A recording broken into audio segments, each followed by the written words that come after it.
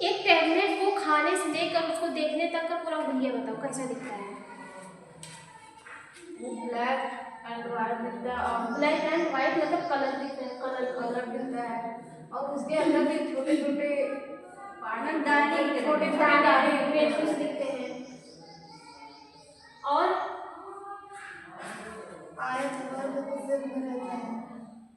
कब उसे मीठा नहीं लगता है? स्वीट बहुत सा मीठा ही लगता है, बहुत सा खराब भी लगता है और कड़वा भी दिखता है, कड़वा भी दिखता है, बिटर टेस्ट होता है। और पानी जैसा आता है, लिक्विड दिखता है, कुछ तो क्रीम जैसी दिखती है, कुछ क्या दिखती है? क्रीम जैसी दिखती है। और कुछ उसको तोड़ो तो टूट भी जाती है, वो क्या होती है? टूट भी जाती है। वो जो पार्ट होते हैं जो आपके ग्रेन्यूल्स दिखते हैं छोटे छोटे, वो एक दूसरे में क्या होते हैं? जुड़े रहते हैं, ठीक है। ग्रेन्यूल्स भी होते हैं उसमें।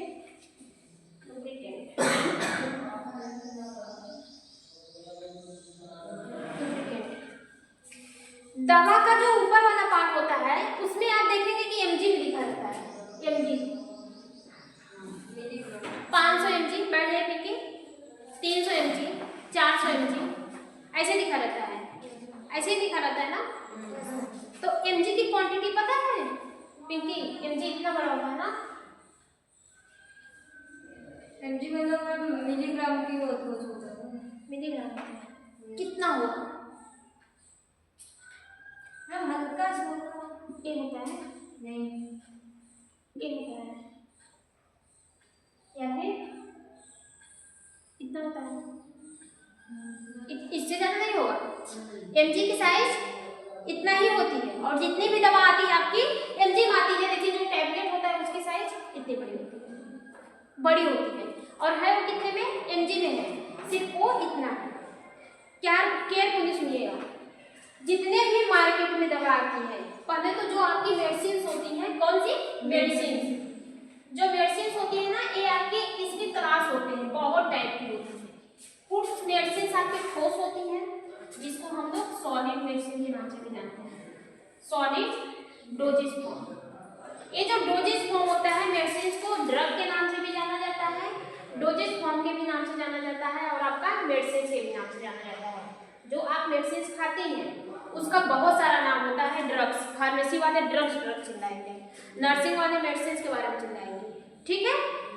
तो ड्रग्स दो टाइप के होते हैं, एक वो ड्रग होती है जो हमारे बॉडी को नशे प्रोवाइड करवाती है, तो हम उस ड्रग हीरोइन की बात नहीं कर रहे हैं, चरस होता है, हीरोइंस होते हैं, उसकी बात नहीं कर रहे हैं। ड्रग्स जहर भी होता है ना, ड्रग्स जहर भी होते हैं, ड्रग्स आपकी मेडिसिन भी होती हैं। तो कहने का मतलब ये है हमारा कि उसका नाम है भाई, जो जहर है वो कैसे आपकी बॉडी में जहर पैदा कर रहा है, उसमें कुछ एक्टिविटी है तभी ना जहर पैदा कर रहा है। तो ये जो हमारी दवा होती है ये हमारे 3-4 भाग में बांटी गई है। पहला आपका है सॉलिड डोजेज फॉर्म, फिर इसके बाद आपका आता है लिक्विड डोजेज फॉर्म। लिक्विड मतलब होता है पानी, लिक्विड डोजेज फॉर्म मतलब होता है। फिर एक आपका आता है semi solid doses form, semi solid doses form. किसी को समझ में नहीं आएगा तो बताइएगा। और एक आपका होता है कौन सा? Solid doses form, liquid doses form, semi solid doses form, यही होता है, ठीक है। 3 टाइप की दवा आपकी आती है, जो आपकी दवा होती है वो 3 कैटेगरी में आती है, solid doses form, liquid doses form और आपका सेमी सॉलिड डोजेज फॉर्म। जो आपके सॉलिड डोजेज फॉर्म होते हैं ना, इसका आकार क्या होता है? सॉलिड होता है। क्या होता है? सॉलिड। जैसे आपका टैबलेट किस कैटेगरी में आएगा? Solid doses form. फिर इसके बाद आपका क्या आएगा? कैप्सूल कौन सा डोजेज फॉर्म है? Solid doses form. फिर इसके बाद आपका आएगा पिल्स जो होता है ये छोटी मात्रा, जो छोटी छोटी दवाएं होती हैं, देखते हैं सबसे ज्यादा कंट्रासेप्टिव वाली पिल्स होती है। अब कंट्रासेप्टिव वाली क्या होती है? कंट्रासेप्टिव दवा क्या होती है बताइए लड़कियों? कंट्रासेप्टिव कौन सी दवा होती है? कंट्रासेप्टिव ऐसी दवा होती है प्रेगनेंसी को प्रिवेंट करने के लिए, जो दवा हम लोग यूज करते हैं उसको कंट्रासेप्टिव के नाम से जानते हैं। प्रेगनेंसी को जो प्रिवेंट करती है वो हमारी कौन सी दवा होती है? कंट्रासेप्टिव होती है। बात समझ में आई? ये दवा प्रेग्नेंट मतलब क्या होता है? हाँ प्रेग्नेंट मतलब क्या होता है? हाँ प्रेग्नेंट नहीं, मैं वो नहीं पूछे। एक और उसको कुछ बोलिए उसका मतलब क्या?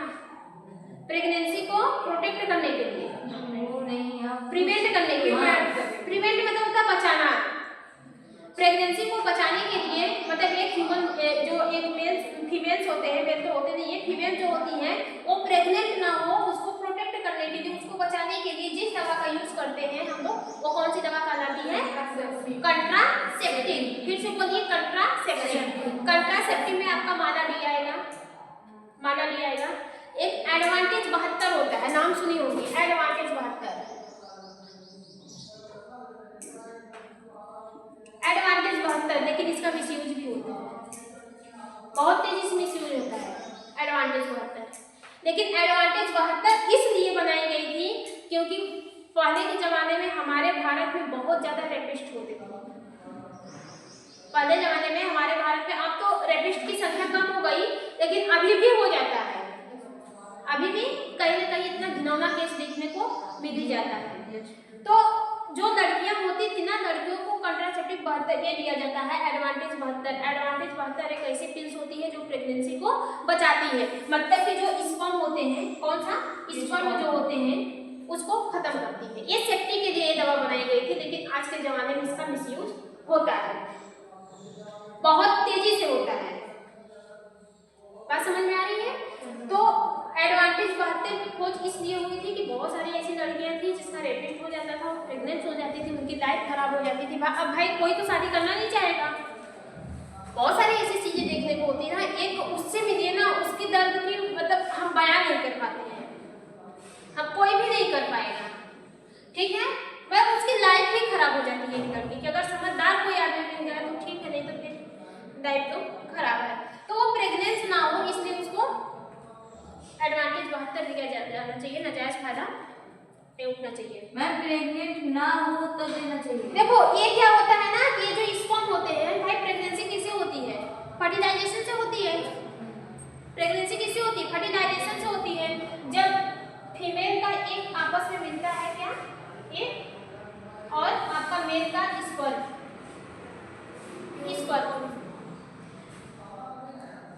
ये जब आपस में, दोनों जब आपस में मिलते हैं तो क्या करते हैं? फर्टिलाइजेशन करते हैं। फर्टिलाइजेशन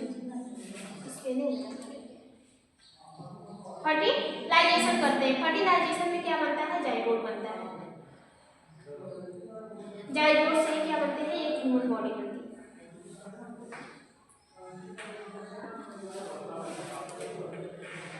ये जब मेल फीमेल के अंदर जब स्पर्म चला जाता है, ठीक है, ये 72 घंटे की है। ये कितने घंटे की है?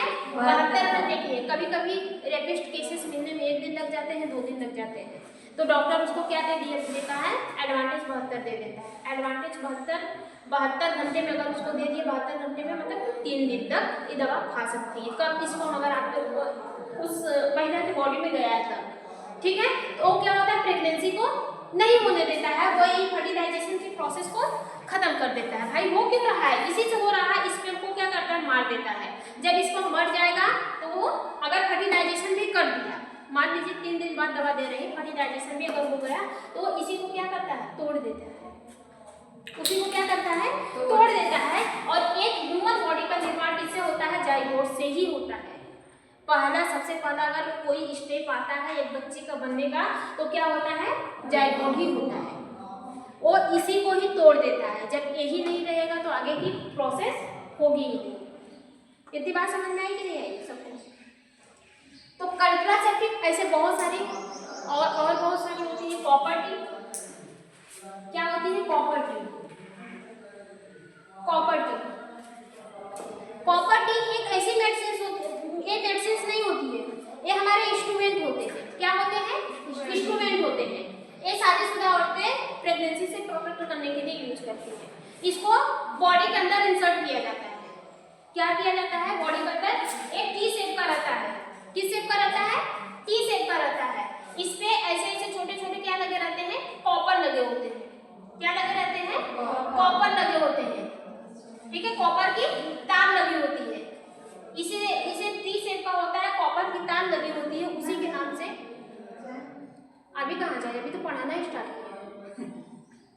टाइम हो गया दोबारा। 10 मिनट और रुक जाइए, अभी जाइएगा। ठीक है, ये जो कॉपर ट्यूब होता है ना, यही क्या करता है, स्पर्म को प्रोटेक्ट करता है। अब ये जो गर्भाशय होता है वो इसी शेप में होता है, यहाँ पे बनाते हैं। जो गर्भाशय होता है वो इसी शेप में होता है, ऐसे ही होता है ना, गलत बना रहे हैं,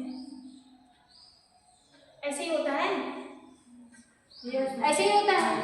कॉपर टी इंसर्ट कर दिया जाता है। एक क्या होती है, ओवरी होती है। क्या होती है, ओवरी होती है। ये फीमेल का ऑर्गन बना रहे हैं, फीमेल का ऑर्गन बना रहे हैं। कितनी ओवरी होती है, 2 ओवरी होती है। ये ओवरी किसका प्रोटेक्शन करती है, ओवम का। क्या बनाती है, जो ओवरी होती है क्या बनाती है, ओवम होती है। इसको किस नाम से जाना जाता है, फैलोपियन ट्यूब। किस नाम से जाना जाता है, फैलोपियन ट्यूब। अब देखो, ये जो हमारा कॉपर टी होता है ना, देखो ये जो ओवरी होती है क्या बनाती है, ओवम बनाती है, जिसको हम लोग एग के नाम से जानते हैं। एग, अंडे, एग के नाम से जानते हैं। कहाँ से बनता है, ओवरी से बनता है।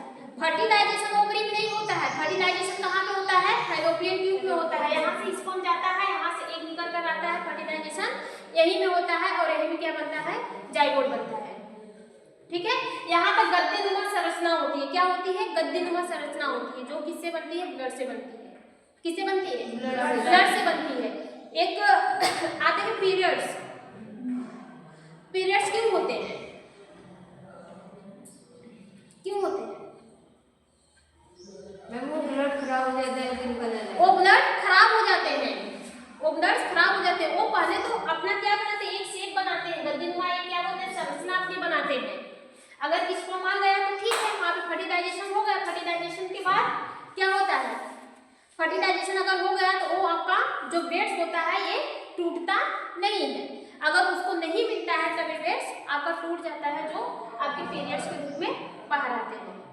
वेस्ट प्रोडक्ट होते हैं ये। ठीक है, तो मतलब एक बच्चे को प्रोटेक्शन प्रोवाइड करवाने के लिए यहाँ पे ब्लड इकट्ठा होते हैं। इतनी बात सबको समझ में है कि नहीं है। अब जो ये कॉपर टी होती है इसी शेप में होती है, यहाँ से इंसर्ट किया जाता है। अब यहाँ से एक तो यहाँ पे आ जाएगा, और यहाँ से भी क्या होंगे, यहाँ पे आ जाएंगे, लेकिन यहाँ से स्पर्म पास नहीं होता है। जब स्पर्म नहीं पास होगा तो एक से मिलेगा नहीं, जब एक से नहीं मिलेगा तो फर्टिलाइजेशन भी नहीं होगा, जब फर्टिलाइजेशन नहीं होगा तो ह्यूमन बॉडी का निर्माण भी नहीं होगा। ठीक है, कॉपर टी ऐसे प्रोटेक्ट करती है। लेकिन इसको दिया जाता है जब कोई लेडीज, खतरे वाली चीज है, साइड इफेक्ट भी होता है, इससे बहुत ज्यादा साइड इफेक्ट होता है। पहली बात, इन्फेक्शन होने के चांसेस हैं।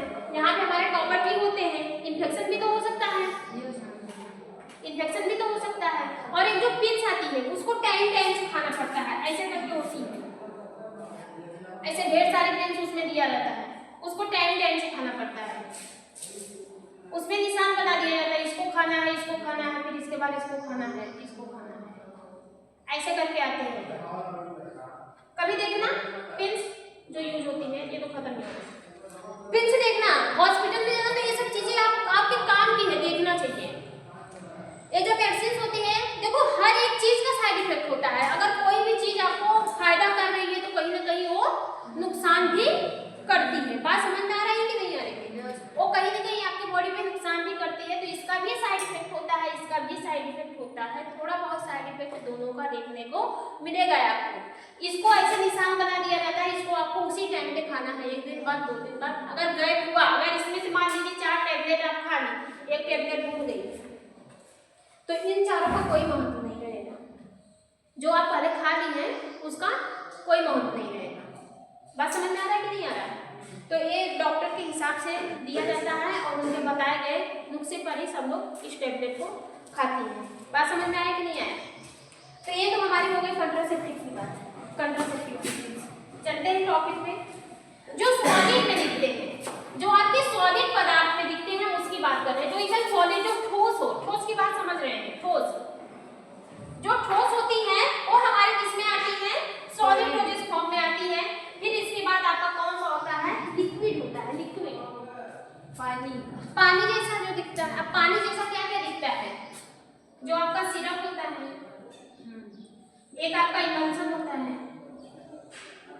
एक आपका सस्पेंशन होता है, ये सब की क्या है? ये सब दवा के नाम है भाई, ये सब दवा के नाम है। कहाँ पूछेंगे?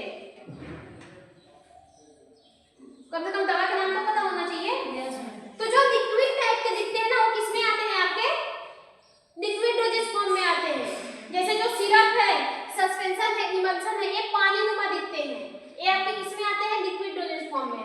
और एक तो वो आती है जो लिपस्टिक जैसा होती है, क्रीम, एंटी फंगल क्रीम। अगर आपको खुजली हो जाती है तो एक आपको क्रीम पकड़ा दिया जाता है, उस क्रीम को लगाती हैं आप। कभी उसको निकाल के देखिएगा ना, वो लिक्विड टाइप के, वो सेमी सॉलिड दिखेंगी, मतलब वो गीला दिखेंगी, वो सॉलिड भी रहती है लेकिन उसमें पानी मिला दिया जाता है। बात समझ में आया? वो क्रीमी जैसा दिखती है। अल्ट्रासाउंड होता है वो कौन सा रहता है? क्या हुआ? अल्ट्रासाउंड होता है वो कौन सा रहता है? अल्ट्रासाउंड आपका टेक्नीशियन में आ जाएगा। अल्ट्रासाउंड में जो जेल लगते हैं, जो जेल रखते हैं, सेमी सॉलिड में आएगा। जो जेल होते हैं जो आपको क्रीम जैसा दिखे, जो आपको कैसा दिखे? क्रीम जैसा दिखे। जैसे होता है ना, अब कैसे ही बताएं, आप फेयर एंड लवली सब लगाते हैं, सब क्रीम लगाते हैं, जितनी भी क्रीम होती है, जो लिक्विड भी दिखेंगी और आपका थोड़ा सा उसमें पाउडर भी रहेगा। आप देखिए आटा है, आटा को ले लीजिए और पानी को उसमें मिला दीजिए, उसको थोड़ा सा पेस्ट बना लीजिए, वो एक लिक्विड टाइप का हो जाएगा, विस्कस नेचर का हो जाएगा। ठीक है ना? तो वो आपका पूरी तरह से सॉलिड में आएगा, ना ही पूरी तरह से लिक्विड में आएगा। ठीक है, होता है कि नहीं आता है? तो वो आपके किसमें आएंगे? सेमी सॉलिड डोजेज फॉर्म में। इसमें जो आपकी मेडिसिन रहती है ना, वो लिक्विड में रहेंगी ना वो सॉलिड में रहेंगी, उसमें दोनों का मिक्सचर रहता है। ठीक है, जैसे आपकी क्रीम अगर लिए हाथ में लगा देंगे तो पूरे हाथ में फैल जाएगी। अगर पानी को लिए, पानी भी फैलेगा लेकिन हाथ से चूने लगेगा, गिरने लगेगा। वो आपके लिक्विड होते हैं। कैप्सूल जो आपके सॉलिड डोजेज फॉर्म होते हैं, इसको जहाँ पे आप रख देंगे वो वहीं पे इकट्ठा, वहीं पे ही रहेंगे, वो वहाँ से हिलेंगे नहीं। बात समझ में आई कि नहीं आई? तो जो आपके सेमी सॉलिड डोजेज फॉर्म होते हैं, इसमें आपकी क्रीम आती है, लोशंस आते हैं, ठीक है, और आपके बहुत सारे ऐसे कंपोनेंट्स आते हैं।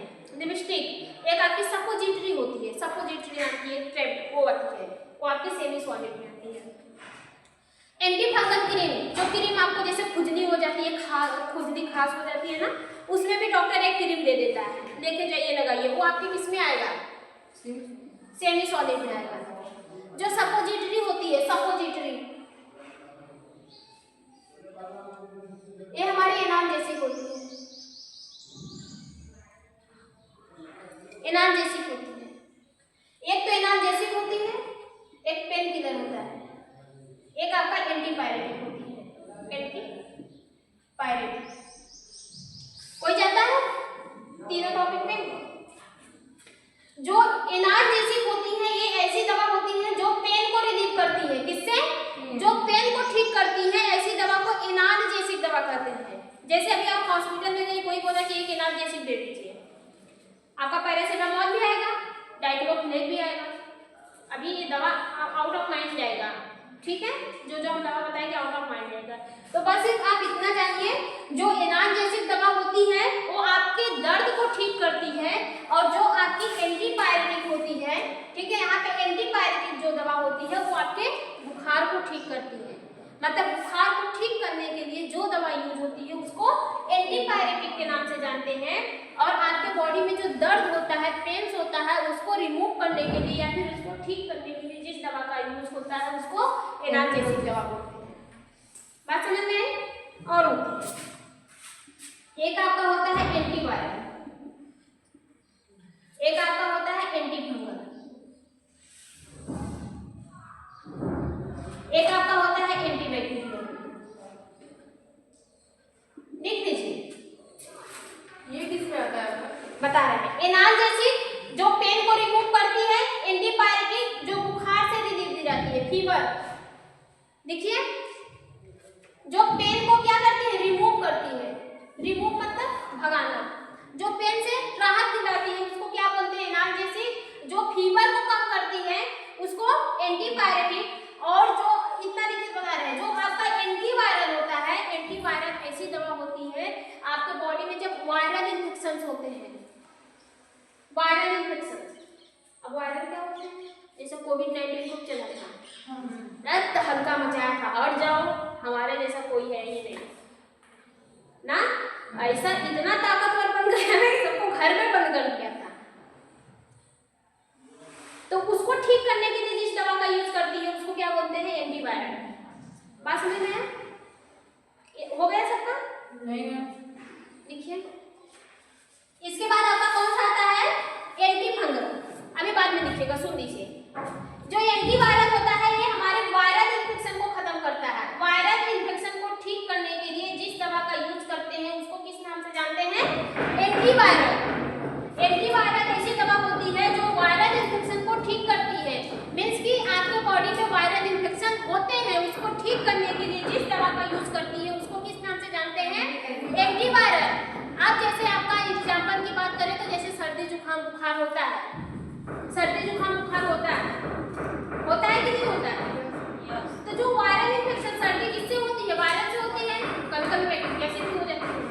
कोविड-19 वायरल से होता है। जो एक अब छोटी माता बड़ी माता जिसको हम लोग चिकन के नाम, वो जो छोटी माता होती है एक बड़ी माता होती है, क्या बोलते हैं? Chicken pox. चिकन पॉक्स वो आपका किससे होता है? वायरल इन्फेक्शन से होता है।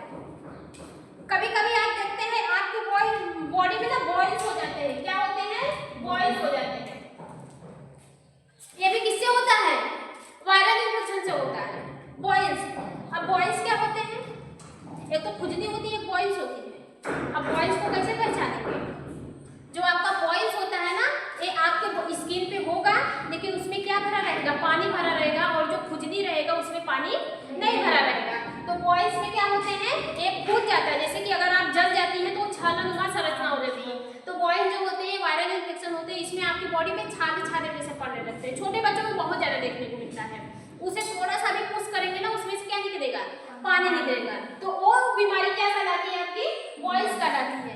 इसको भी गर्म पानी से सिकैया करने पर ठीक हो जाता है। नीम की पत्ती को गर्म पानी में उबाल कर उसको कपड़े से, एक सूती कपड़े से उसको सेकने से उसके वायरस खत्म हो जाते हैं, या फिर उसमें जो बैक्टीरिया रहती है वो खत्म हो जाती है। ठीक है, छोटे बच्चों में ज्यादातर ये होता है। तो हम साफ साफ लिख लेंगे। एक मिनट।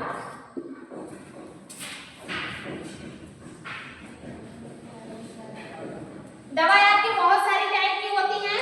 पहला कौन सा होता है? एंटीपायरेटिक। एंटीपायरेटिक कौन सी दवा होती है? जो बुखार को, जो फीवर को क्या करती है? कम करती है। ठीक है, फीवर को रिमूव करती है या फिर ठीक करती है। फिर इसके बाद कौन सा है आपका? एनाल्जेसिक।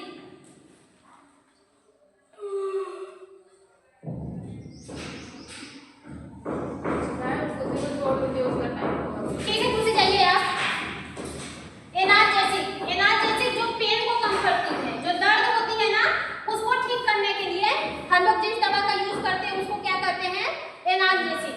फिर इसके बाद आपका कौन सा आता है? एंटीवायरल। एंटीवायरल ड्रग या फिर मेडिसिन। एंटीवायरल ऐसी दवा होती है जो वायरस इन्फेक्शन को ठीक करती है। वायरल इन्फेक्शन को ठीक करने के लिए जिस दवा का यूज करते हैं उसको किस नाम से जानते हैं? एंटीवायरल। ठीक है, फिर आपका कौन सा था? एंटीबैक्टीरियल।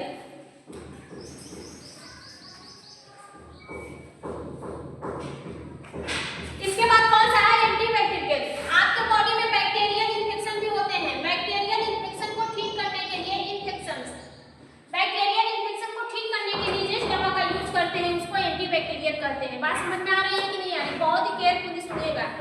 बैक्टीरियल इन्फेक्शन को ठीक करने के लिए जिस दवा का यूज करते हैं उसको एंटीबैक्टीरियल कहते हैं। नाम से ही आ जाएगा। और आपका और क्या है? एंटीफंगल। एंटीफंगल। एंटीफंगल ऐसी दवा होती है जो आपके बॉडी में फंगस इन्फेक्शन होते हैं। फंगल इन्फेक्शन जैसे दाग, खास, खुजली, ये सब क्या है? ये सब फंगस है। ये सब क्या है? फंगल है। ठीक है, फंगल इन्फेक्शन को ठीक करने के लिए जिस दवा का यूज होती है उसको एंटीफंगल कहते हैं। एंटी मतलब क्या होता है? अपोजिट। एंटी मतलब क्या होता है? अपोजिट। उसके अपोजिट काम करना। उसके अपोजिट काम करना। तो फंगल है, अब फंगल के आगे एंटी लग गया तो एंटी फंगल उसके अपोजिट मतलब उसको आपके बॉडी से हटाएगी। जैसे वो अपनी संख्या को बढ़ा रही है, अब एंटी लग गया, एंटी क्या करेगी? उसकी संख्या को घटाने का काम करेगी, उसके अपोजिट काम करेगी।